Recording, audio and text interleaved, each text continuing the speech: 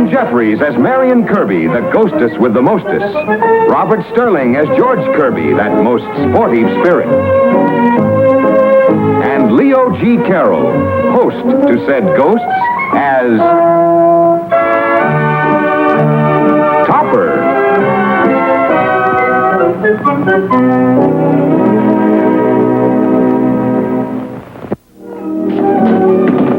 Kirby.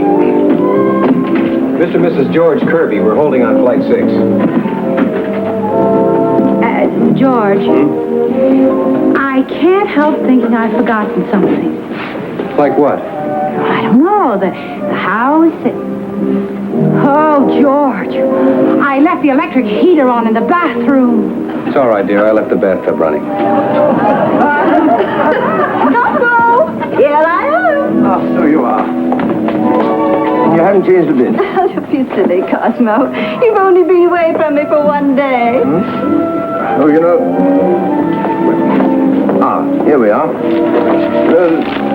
That was actually 25 cents thrown down the drain, Henrietta. I didn't need that flight insurance policy after all. But, Cosmo, even if the plane had crashed, it wouldn't have done you a bit of good. Well, that's putting it mildly. I mean, what good is it for you to carry the policy? You should have mailed it to me before you took off. Well, a man can't think of everything, my dear.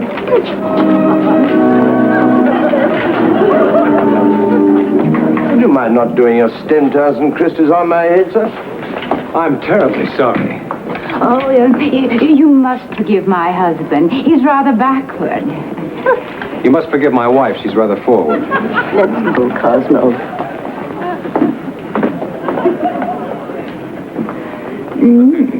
He's cute. Stop enjoying yourself. This is my vacation. Cosmo, Yes, dear? do you know who that was? No, dear. Should I? That was George and Marion Kirby. And they're the most dissolute couple in the entire community. Really? How charming. Let's have them to dinner one night. Not on your life. You mock my words, Cosmo. Those two will come to a sorry end. Probably.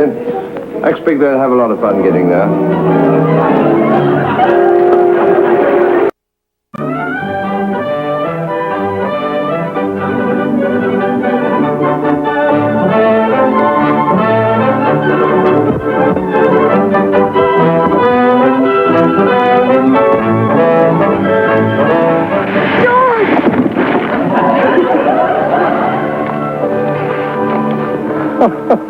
Forget to fasten your safety belt?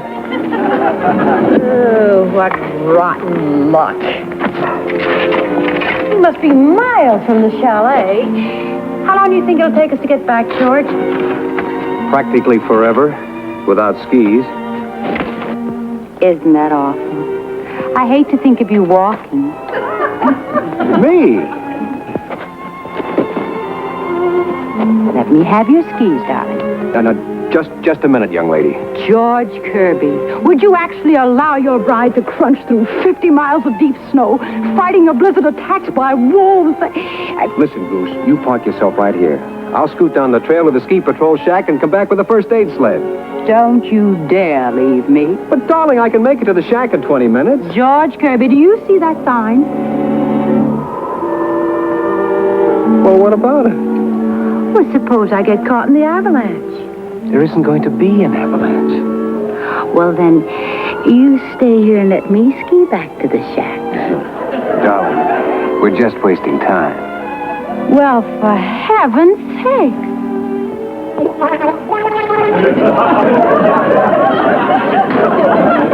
Dog is drunk. He's stiff as a goat. That's the first time I've seen a St. Bernard who couldn't carry his liquor. What are you supposed to fight him with this stuff, George? No, but he'll have an awful hangover in the morning. He'll probably need a little of the hair of the dog. Give him an aspirin. Give him an aspirin? He's supposed to be saving us. Dog, you ought to be ashamed of yourself. Don't shout at him. You'll give him a headache. I'll give him a headache, all right. What do you mean, coming on the job loaded to the gills? I've got a good mind to report you to the... What's what? That noise.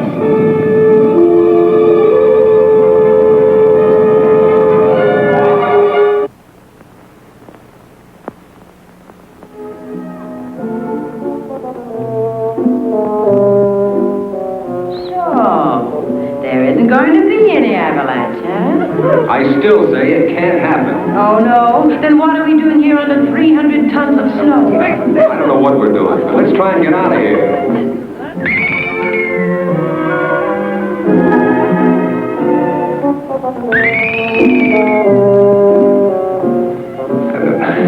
Now, don't hop at me, honey. It can only happen once in a million years. Well, anyway, we got back, didn't we? We got back, all right. Take a look at yourself. Oh, what's the matter? If anyone ever wondered what I saw in you, they'd sure find out now. Brother, you're the emptiest man in town. Oh, you're pretty holly yourself, chicken. Now, look, George, I'm not going to stay here like this, right? It's embarrassing. I feel undressed. Well, go ahead. Get solid, Jackson. Well, I'll give it a twirl anyway. Hey, wait a minute. You're squeezing the wrong way. Whoops. Well, anything you can do, I can do better. It works. Yeah, but who knows for how long? What a crummy deal. An avalanche yet. Shouldn't happen to a dog. Well, it did. I wonder where Neil is now. Oh, I suppose he's Where's who? Neil, the dog, the St. Bernard, Neil. How'd you know his name was Neil? Because that's what I named him. Well, may I ask why you named this hulky, whiskey-sodden beast Neil? Well, I was sitting there just thinking how much that silly dog looks like your cousin Neil. That's reasonable enough. I suppose he's buried under tons of the stuff just like we are. Here, Neil. Here, boy. Here, Neil. You see? He knows his name. He doesn't know what time it is. You big lush. Well, no use hanging around here anymore. What's going to happen to us, George? Darling, it's already happened. What are we going to do? What can we do? We're dead, aren't we? I guess so. Well, come on, let's live it up a little. Let's go see how the live people live.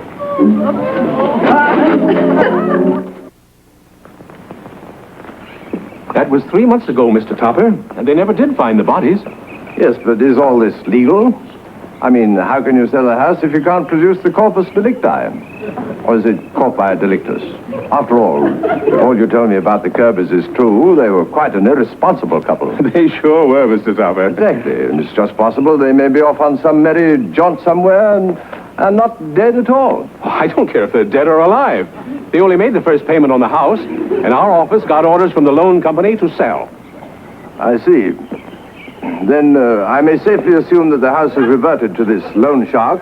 Loan company. Quite. And there'll be no question of future litigation. No, none whatever. Would you like to go inside? Well, perhaps we'd better wait for Mrs. Topper. After all, she's the one you've got to please, you know. Why, hello, Mrs. Topper. Cosmo, I just found out from Addie Stevens. Do you know whom this house belongs to? Yes, dear, the loan shark. Loan company. It belongs to the Kirbys. But- And you know what happened to them? Mrs. They were Topper. supposed to have died in an avalanche, but the bodies were never found. I wouldn't set foot in that house until I bring back the bodies. It's quite all right, dear.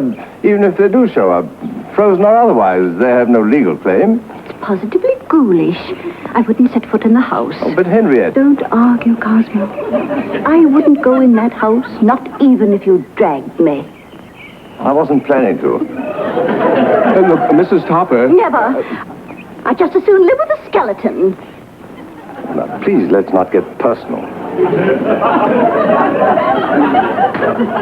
Very well, Cosmo, if you insist. But I'm not going to take it. Well, looks rather homey, don't you think, dear? You mustn't judge by appearances, Cosmo. I wouldn't think of it. I wonder how large this room is. Large?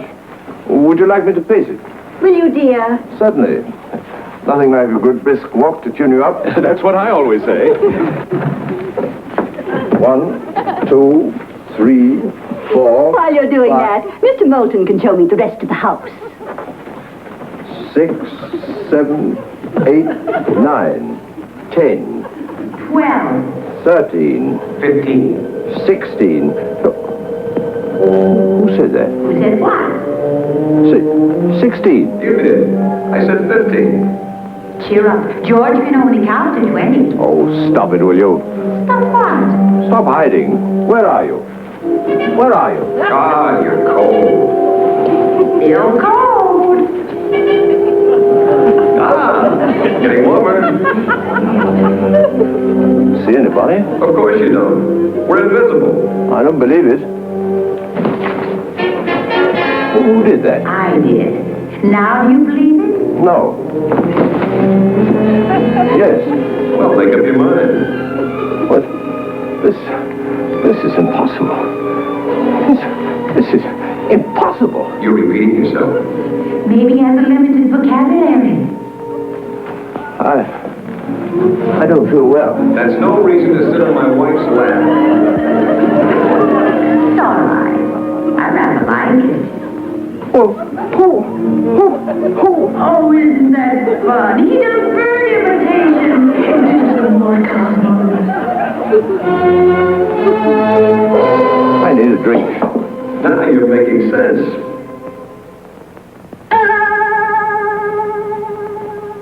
This way, old man, I'll have it for you in a jiffy.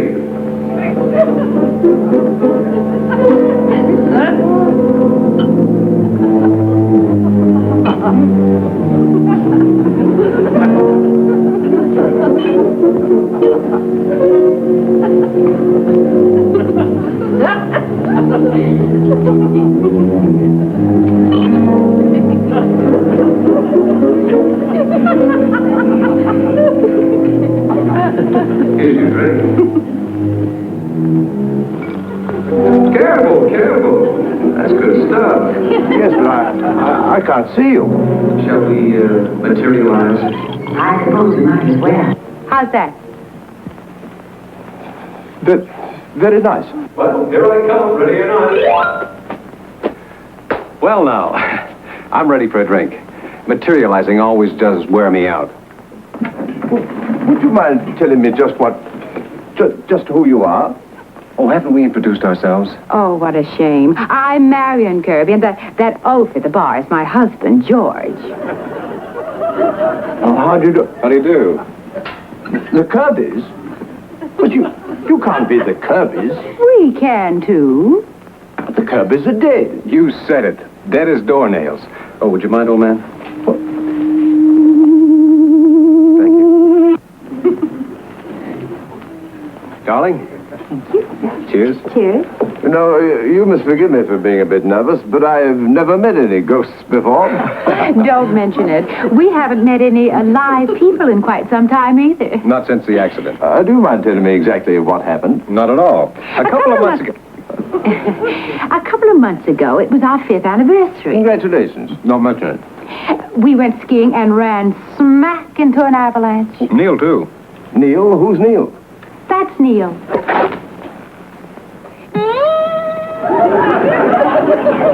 You know, Henrietta was afraid this house was haunted. Hey, you take a powder.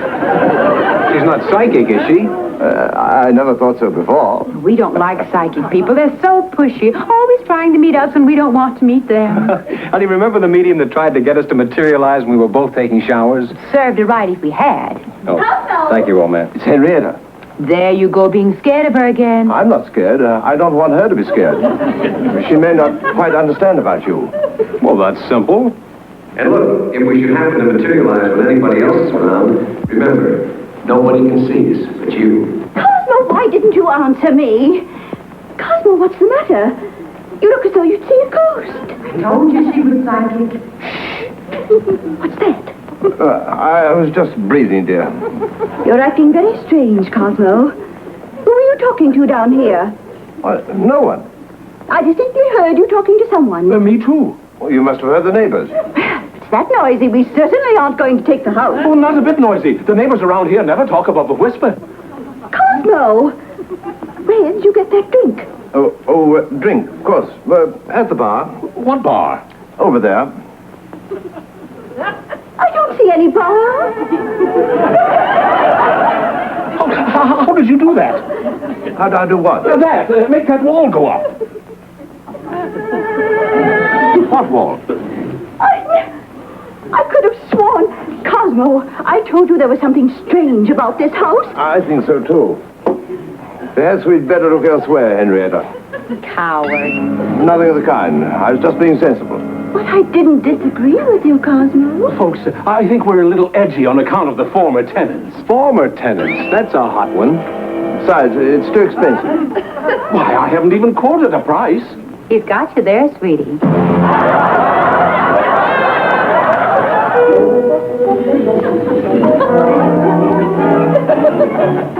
Is this the only one you...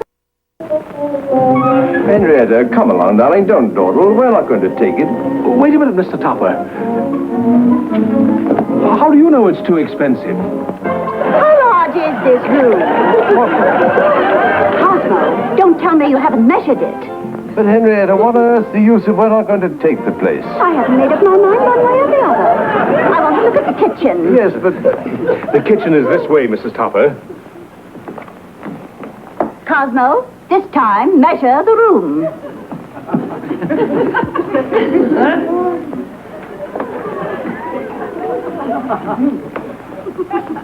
One.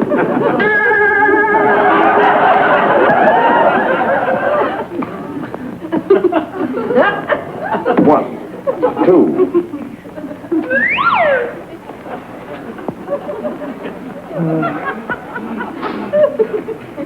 Cosmo. Please don't interrupt. You're not happy. That's not true. Don't contradict. If she says you're not happy, you've got to be miserable. Look, would you two mind very much dematerializing, or whatever you call it? You do want to have fun, don't you? Well, yes, but... Then it's settled. Well, it may be too expensive. You leave it to us. Cosmo! I don't know what Mr. Topper will think. I never heard anything so outrageous. There's something wrong, dear. Do you know what they're asking for this house? Outrageous. Let's go. I haven't told you yet. Pay it, Tom. It'll make it worth it. We'll make you young again. How much is it? $28,000. Out of the question. We'll teach you to laugh. A million laughs. After all, Mr. Topper, the Kirbys agreed to pay almost twice that amount. We did not. They did not. Huh? How do you know?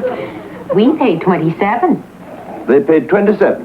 Cosmo, how do you know? Well, as a matter of fact, I looked up the deed in the county clerk's office. Stout fellow. When did you do that? None of your business.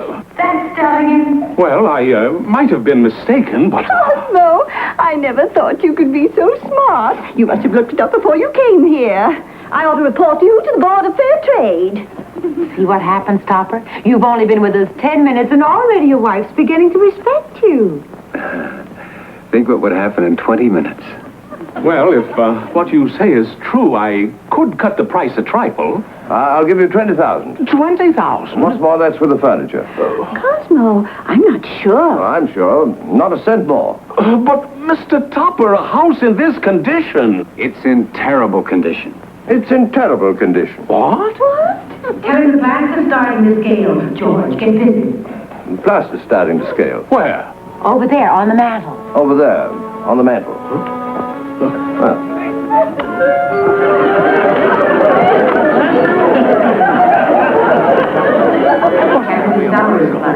George, get the hose. Take Theo with you. Why, the cellar is flooded. That I know isn't true. I'll show you how wrong you are. Look, I'll make a deal with you. If it isn't flooded, you get your 20,000. If it is, the house goes for 16. Mr. Topper, you've just lost yourself some money. George, they're coming from the cellar. Get the hose out of the way. This way. Is it okay? I said it was a deal. Okay. All set, Topper.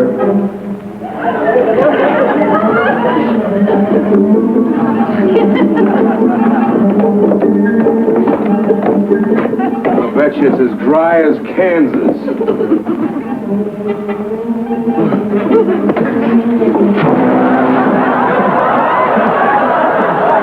Did you do that? Of course not. I didn't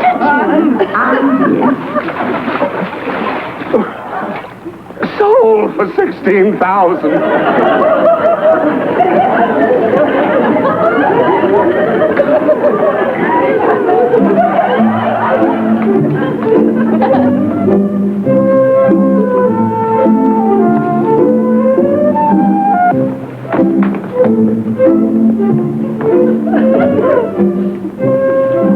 No wonder you didn't have time to measure the room. Oh, Cosmo, you're wonderful. Oh, it was nothing really. Let's go home and start packing right away. What is it, dear? Something else wrong? No, everything's fine. Goodbye, darling. Till you move in, old man. Henrietta, I'm beginning to feel young. Why, Cosmo, you are beginning to feel young.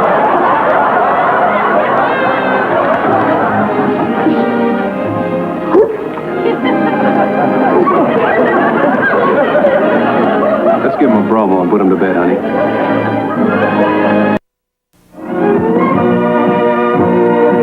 A John W. Lupton, Bernard L. Schubert production. Produced by John W. Lupton. Starring Ann Jeffries, Robert Sterling, and Leo G. Carroll.